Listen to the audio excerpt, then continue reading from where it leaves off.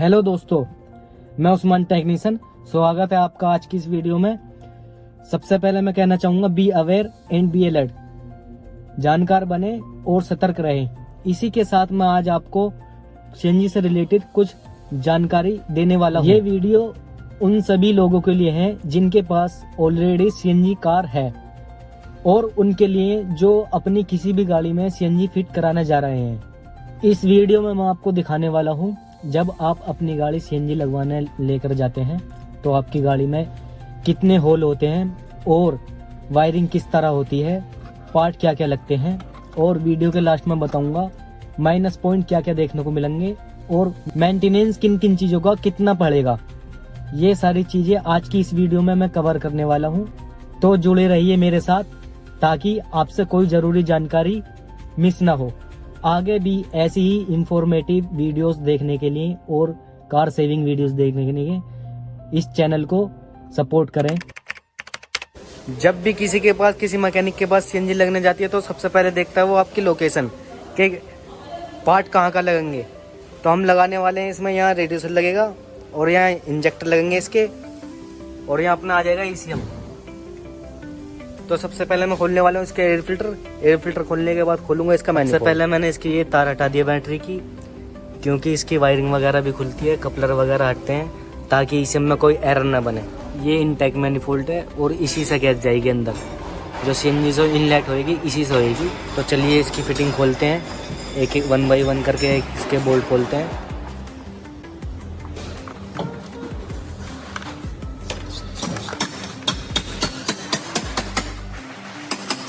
Finally मैंने ये manifold खोल लिया है। ये इसका मैनिफोल्ड है इनटेक। इसमें अब मैं होल करने वाला हूँ जहाँ से गैस इनटेक होती है। इसके होल जो होंगे यहाँ पर होंगे, 5 होल होते हैं इसमें टोटल। एक वैक्यूम का होता है और 4 गैस इनलेट होते हैं। मैंने 5 सुराख कर दिए हैं इसमें। ये 4 ये आएंगे और एक ये रहा, ये वाला वैक्यूम का सुराख है, और ये इंजेक्टर के सुराख है जिनमें इंजेक्टर फायरिंग के हिसाब से गैस जाएगी।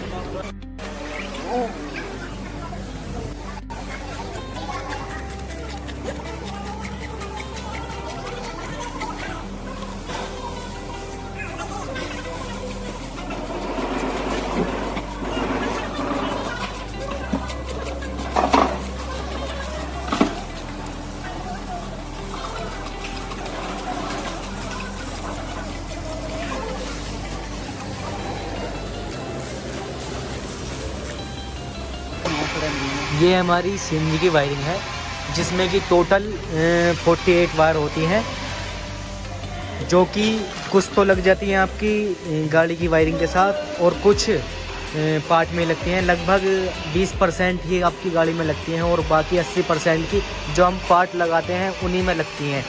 और इसमें मैं चढ़ाने वाला हूँ ये स्लिप। ये वायरिंग स्लिप होती है, ये इस वजह से चढ़ाई जाती है ताकि वायरिंग नीट एंड क्लीन दिखे और हीट से ही बची रहे। और अगर चूहा वगैरह तार वगैरह काटता है तो सब में पहले ये काटे, डायरेक्ट तार ना काटे। ऑलमोस्ट हमारी ये पूरी वायरिंग तैयार हो चुकी है। अब ये स्लीव में पैक होने के बाद अच्छी भी लग रही है और सेफ भी है, पहले से ज़्यादा सेफ भी है। ये इसकी सीएनजी की वायरिंग है ये वाली, और ये गाड़ी की ओरिजिनल वायरिंग है। हमने कोशिश करी है कि सेम टू सेम इसको ऐसी ही करी जाए। और ये यहाँ से आती हुई, ईसीएम से आती हुई गाड़ी की वायरिंग के साथ ये इस तरीके से लगेगी। और ये इसके कपलर टू कपलर वायरिंग है। इन्हीं की वजह से इंजेक्टर का एक भी तार नहीं कटता और इन्हीं को कपलर टू कपलर वायरिंग बोलते हैं। तो दिखाता हूँ आपको कैसे लगते हैं ये पेट्रोल वाले इंजेक्टर के कपलर हैं और ये सीएनजी वाले। ये एक एक करके एक में से निकलेगा और दूसरे में लग जाएगा। आसिम भाई, ये पेट्रोल वाला है ना? हाँ, ये सीएनजी का है और ये इसका अपोजिट है। इसी में से सप्लाई ले लेगा ये जी। अगर किसी वजह से ये कपलर नहीं लग पाते तो फिर हमें इसकी वायरिंग काटनी पड़ती। ये अंदर की साइड वायरिंग डलती है जो कि स्विच की होती है, जो हमारे स्विच में जाकर लगती है, और ये नीचे से आती है बूट में से, जहाँ से गाड़ी की वायरिंग आती है। ये अब इधर की साइड पल्ली साइड जाएगी, ड्राइवर साइड, और वहाँ पर लग जाएगा स्विच इसका। तो इसमें वायरिंग डल चुकी है स्विच की। और इसमें एक अच्छी बात है जो कि ये है, ये कैप्स, इसमें एक अलग से डैशबोर्ड में सुराख वगैरह नहीं लगने का है। ये कैप जो है हमारे, ये कैप हटके यहीं पर सीएनजी का स्विच आ जाएगा। ये इसका मीटर गेज है जो कि अंदर इंडिकेट करता है कि आपकी गाड़ी में कितनी गैस है, और बोनेट खोलने पर इसका प्रेशर भी दिखाता है।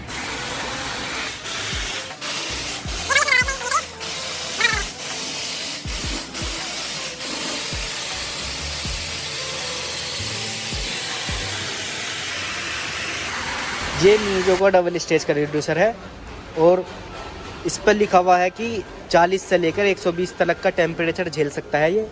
और नॉर्मली हमारी गाड़ी का टेम्परेचर जो रहता है वो 93 डिग्री के पास आ गया लॉक हो जाता है। 93 डिग्री तक ही आ पाता है, उसके बाद ये फैन चलने लगता है, उससे ऊपर नहीं जाता। जब इसमें पानी कनेक्शन हो रहे हैं जो कि रेडिएटर को इंजन के टेम्परेचर से मैच रखेंगे और रेडिएटर में गैस जमने नहीं देंगे। ये हमारे हीटर वाले पाइप में जा करके लगेगा, वाला हीटर वाले पाइप में, और फिर एक पाइप इसमें आ जाएगा इस रेडिएटर में, और एक रिटर्न होकर इसमें पानी घूमने के बाद एक वापसी जाएगा। अब ये इसमें पाइपलाइन डाली जा रही है जो कि हाई प्रेशर पाइपलाइन है, और ये पेट्रोल पाइपलाइन के साथ बनती हुई पीछे डिग्गी तक जाएगी। ऐसे तो दिखने में ये पाइप हाई प्रेशर पाइप काफ़ी पतला है, और ये पतला होने की वजह से ही स्ट्रॉन्ग है। जब आप अपनी गाड़ी के टायर में हवा भरवाना जाते हो तो 35 से 40 PSI के प्रेशर में आपके टायर की हवा फुल हो जाती है। और अगर मैं CNG के फुल होने की बात करूं तो यही प्रेशर इस पाइपलाइन में 3000 PSI तक चला जाता है। अंदाज़ा लगा सकते हैं अपने आप में कितना स्ट्रॉन्ग है। वैसे तो इस पाइप का 5 साल तक कुछ नहीं बिगड़ता, लेकिन कोशिश करें इस पाइप को 5 साल के अंदर अंदर चेंज कराने की। तो चलिए दिखाता हूँ आपको पीछे कितने होल होते हैं और किस तरीके से क्या क्या लगता है। टोटल हमारे पीछे की साइड 6 होल होते हैं। अगर आपकी गाड़ी में बैक नोजल लग रहा है तो आपकी गाड़ी में टोटल 6 होल होंगे, जिसमें कि एक सबसे बड़ा होल ये होता है डक्टिंग का, और 2 सुराख इधर होते हैं और 2 इधर होते हैं। इन चारों छोटे छोटे सुराखों पे स्टैंड लगेगा अपना, और इस बड़े वाले सुराख में लगेगी अपनी डक्टिंग जो कि ये है। ये इस तरीके से लग जाएगी इसमें, और ये पाइप लग जाएगा। ये इसलिए लगानी ज़रूरी है, अगर बाई चांस हमारी गाड़ी में लीकेज होती है तो इसके थ्रू बाहर निकल जाएगी। हालांकि CNG आसानी से लीकेज नहीं होती। ये हमने इसमें बैक नोजल लगा दिया है, जिसमें कि 6 सुराख पीछे होते हैं जो कि 5 अंदर होते हैं डिग्गी में, और एक ये है। तो टोटल पीछे 6 सुराख होते हैं, और टोटल अभी तक इस गाड़ी में 11 सुराख लग चुके हैं, जो कि मैंने आपको दिखाए थे। 5 सुराख आगे दिखाए थे और 6 सुराख ये हैं। और कई लोगों ने इस बैक नोजल के बारे में मिथ बना रखे हैं, जैसे कि रस्ट का आना और बैक नोजल का लीक करना, इसी तरह के कई सारे मिथ बना रखे हैं। अगर आप चाहते हैं कि मैं इसके ऊपर एक डिटेल में वीडियो बनाऊं तो कमेंट में बताएं। ये इसका पाइप वाला स्टैंड है जो कि अपने आप में काफ़ी मजबूत है। ये 2 प्रकार के आते हैं, जो कि एक तो होता है ये पाइप वाला और एक होता है ये एंगल वाला। आप लोगों ने सुना होगा या फिर देखा भी होगा कि CNG लगने के बाद CNG के सिलेंडर की वजन की वजह से फ्लोर चेजिस चटक जाता है या फिर डैमेज हो जाता है। तो उसके 2 रीज़न हो सकते हैं। पहला, ये पट्टे भी हो सकते हैं, कई लोग फिटिंग करते टाइम इन्हें नहीं लगाते। दूसरा रीज़न ये एंगल वाला स्टैंड भी हो सकता है, क्योंकि इसका जो ये एंगल है ये काफ़ी पतली है, जो कि एक ही जगह फोर्स बना के लगती है। लेकिन अगर इधर देखा जाए इस पाइप वाले स्टैंड में, इसकी पत्ती काफ़ी चौड़ी है, जिससे कि जो इस पे नीचे पड़ने वाला वजन डाइवर्ट हो जाता है चारों तरफ को। कोशिश करें फिटिंग कराते टाइम ये रबर के पट्टे ज़रूर लगवाएं। हालांकि इसके मुकाबले इन पाइप वाले स्टैंड में कॉस्ट ज़्यादा आ सकती है, लेकिन स्टैंड को लगाओगे तो वो वन टाइम इन्वेस्टमेंट होगी। तो इसमें स्टैंड लग चुका है, जिसमें कि सबसे पहले हमने इसमें रबड़ के पट्टे लगा दिए हैं और उसके ऊपर से स्टैंड आ गया ये, और ये डक्टिंग भी लग गई है अपनी प्रॉपर तरीके से। और ये स्टैंड लगने के बाद अपना ये इसके ऊपर गत्ता जो होता है वो काटना पड़ता है। दोनों पे से इस तरीके से कटिंग करनी पड़ती है इनकी, इधर से भी और इधर से भी। तो फाइनली इसमें सिलेंडर लग चुका है। ये 12 किलो का सिलेंडर है और इसमें लगभग 8.5 से 9 किलो गैस इजीली आ सकती है। और अगर स्पेस देखा जाए तो इसमें काफ़ी स्पेस बच गया है अपना, लगभग 50 से 60% स्पेस बच गया है। लेकिन सिलेंडर लगने के बाद इसकी हाइट थोड़ी सी कम हो चुकी है, ये थोड़ी सी दब गई है। तो इसी वजह से हम इसमें लगा रहे हैं इस पॉलीयूरेथीन के बफर पैड, जो कि स्प्रिंग के बीच में लग जाएंगे। तो चलिए दिखाता हूँ आपको किस तरीके से लगते हैं। तो इन्हें लगाने से पहले सबसे पहले स्प्रिंगों को साफ कर लेते हैं और इस पर थोड़ी सी लुब्रिकेशन के लिए शैम्पू का पानी लगाने वाले हैं हम, ताकि ये इजीली चढ़ सके।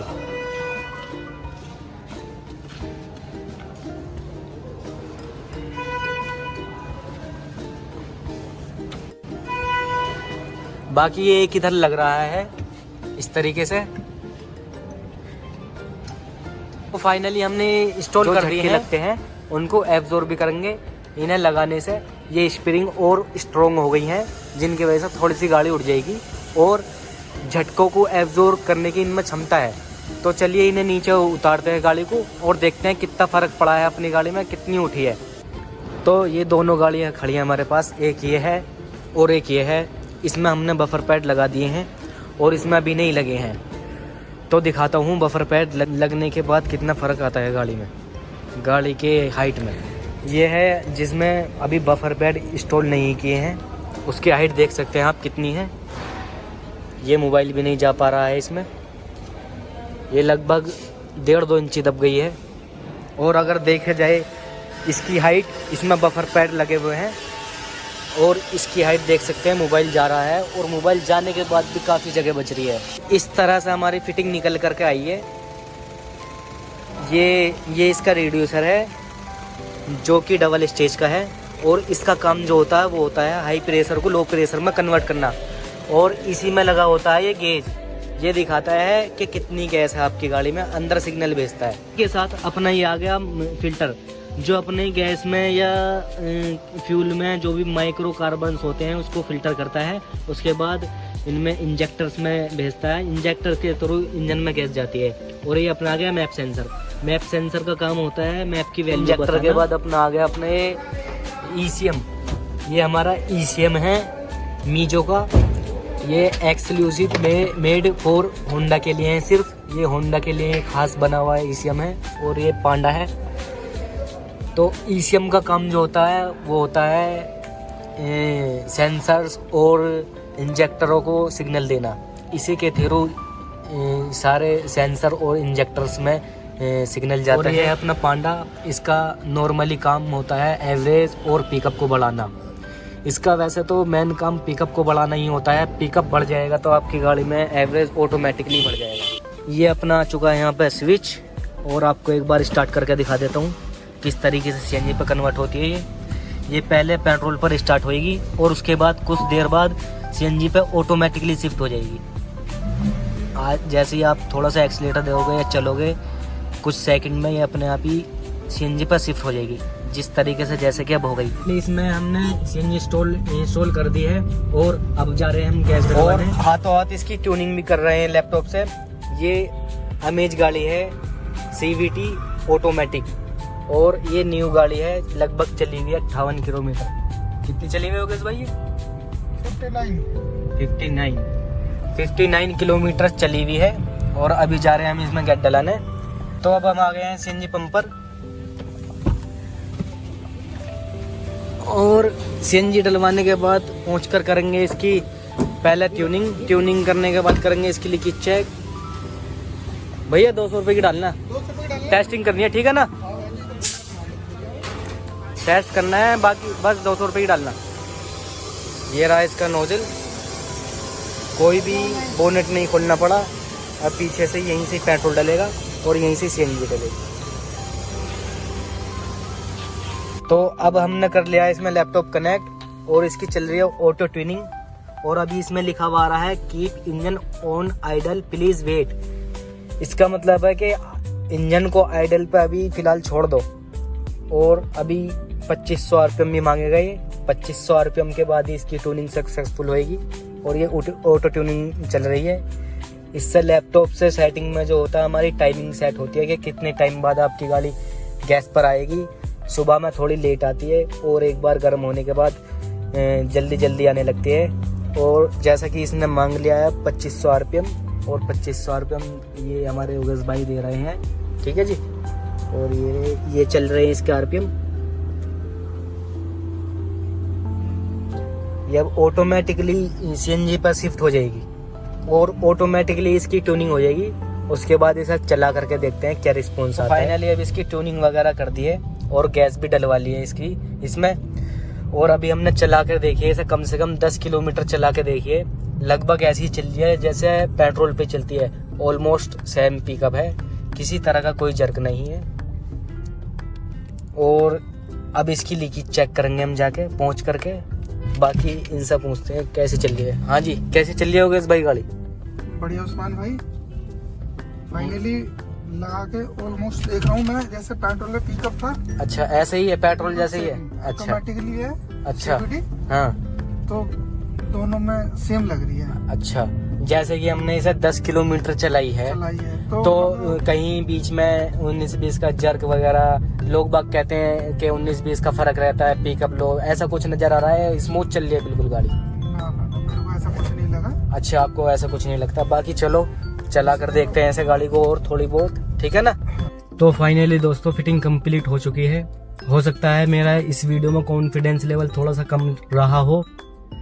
अब बात करते हैं इस कार के ओनर को माइनस पॉइंट क्या क्या देखने को मिलेगा। सबसे पहला जो हमारा माइनस पॉइंट है वो है इसकी कॉस्ट को लेकर कि सीएनजी लगवाने के बाद कॉस्ट कितनी आती है। अगर कोई बंदा अपनी गाड़ी में कंपनी से सीएनजी लगवाता है तो 75 से 80 हजार तक का खर्चा आता है। अगर बात करूं बाहर डीलर से लगवाने की तो 50 से 60 हजार का खर्चा इजीली आ सकता है, जो कि अपने आप में अच्छी खासी कॉस्ट है। अगर इसके ROI की बात करूं, रिटर्न ऑफ इन्वेस्टमेंट की, तो इसका ROI 12 से 15 हजार में इजीली आ जाता है। और उसके बाद जितनी भी आपकी गाड़ी चलेगी वो आपकी सेविंग ही सेविंग होगी। तो अब बात करते हैं दूसरे माइनस पॉइंट। दूसरा माइनस पॉइंट जो है वो है हमारा जर्क और पिकअप की प्रॉब्लम को लेकर। कई लोगों को लगता है कि सीएनजी लगने के बाद जर्क और पिकअप में प्रॉब्लम आती है, तो ऐसा कुछ नहीं होता। अगर आपकी गाड़ी में प्रॉपर तरीके से फिटिंग हुई है जिस तरीके से मैंने दिखाई है, और अगर सही एडवांसर लगा है, जर्क आने के और पिकअप लो होने के कुछ कंडीशन होती हैं, जैसे कि सर्विस का डी होना और स्पार्क प्लग का खराब होना, सीएनजी के किसी इलेक्ट्रिक पार्ट में पानी का चला जाना और एयर फिल्टर का चोक होना, या फिर किसी वजह से जो हमारी सीएनजी ट्यूनिंग होती है उसका डिसमैच होना। सिर्फ इन कंडीशन में जर्क आ सकते हैं, अदरवाइज सीएनजी में कोई जर्क नहीं आता। तो अब बात करते हैं इसके थर्ड माइनस पॉइंट की। थर्ड माइनस पॉइंट जो है वो हमारा डिग्गी के बूट स्पेस को लेकर है। अगर आपके पास सेडान गाड़ी है और आप अपनी गाड़ी में सीएनजी लगवा रहे हैं तो आपकी गाड़ी में 40 से 45% स्पेस चला जाता है। अगर फोर्थ कॉम्प्रोमाइज की बात करूं तो वो है सीएनजी की पंप की लाइनों को लेकर। वैसे तो अभी के टाइम में काफी सीएनजी पंप हो चुके हैं, लेकिन कभी कभी अभी भी किसी पंप पर सीएनजी की लंबी लाइन मिलती है जो कि लोगों को बहुत ज्यादा इरिटेट करती है।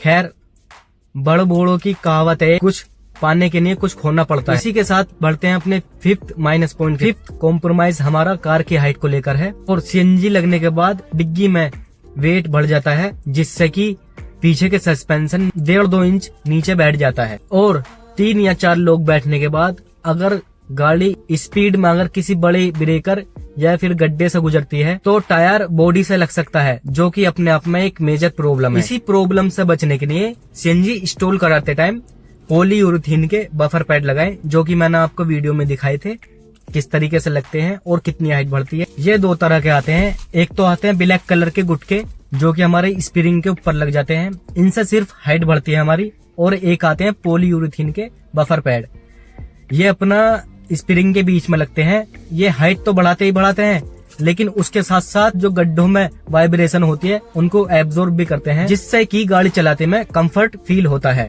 तो ऑलमोस्ट माइनस पॉइंट तो मैंने आपको सारे बता ही दिए हैं। अब बताता हूँ इसके मेंटेनेंस के बारे में। तो सबसे पहले जो हमारा मेंटेनेंस है वो है सर्विस को लेकर। जो सर्विस 10,000 पर होती थी, अब वो 8,000 पर करानी पड़ेगी। अगर सर्विस ड्यू हुई तो सबसे पहले एयर फिल्टर चोक होएगा, जिसकी वजह से सीएनजी की जो ट्यूनिंग है वो हमारी टीज मैच हो जाएगी। उसके बाद जर्क जैसी प्रॉब्लमों का सामना करना पड़ेगा और इससे इंजन को भी नुकसान हो सकता है। थर्ड मेंटेनेंस जो है वो है हमारा लैपटॉप ट्यूनिंग को लेकर। कई बार क्या होता है, सर्विस ड्यू होने की वजह से हमारी सीएनजी की सेटिंग डिसमैच हो जाती है। तो सर्विस के बाद लैपटॉप से आप अपनी सीएनजी की ट्यूनिंग चेक करा सकते हैं, वरना आप 6 से 8 महीने के बीच में कभी भी अपनी सीएनजी की ट्यूनिंग करा सकते हैं। इसका चार्ज 400 से लेकर 700 हो सकता है, अलग अलग जगहों पर अलग अलग है। तो चलिए जान लेते हैं इसका थर्ड मेंटेनेंस। थर्ड मेंटेनेंस जो है वो है इसका सिलेंडर की टेस्टिंग को लेकर। हर 3 साल बाद सिलेंडर टेस्ट होता है, जिसको हाइड्रो टेस्ट बोलते हैं, जिसमें कि सिलेंडर खुलता है, उसमें से कुछ गंदगी निकलती है और इसमें हाई प्रेशर डालकर टेस्ट किया जाता है। इसका चार्ज लगभग 2000 से 2500 तक हो सकता है। ये हर 3 साल में टेस्ट कराना होता है हमें, बिकॉज ये एक बहुत इम्पोर्टेंट चीज है। उम्मीद करता हूँ आपको ये वीडियो पसंद आई होगी। अगर पसंद आई हो तो वीडियो को लाइक करें और शेयर करें और ज्यादा से ज्यादा सपोर्ट करें, ताकि मैं आपके लिए इसी तरह से इंफॉर्मेटिव वीडियो लाता रहूं।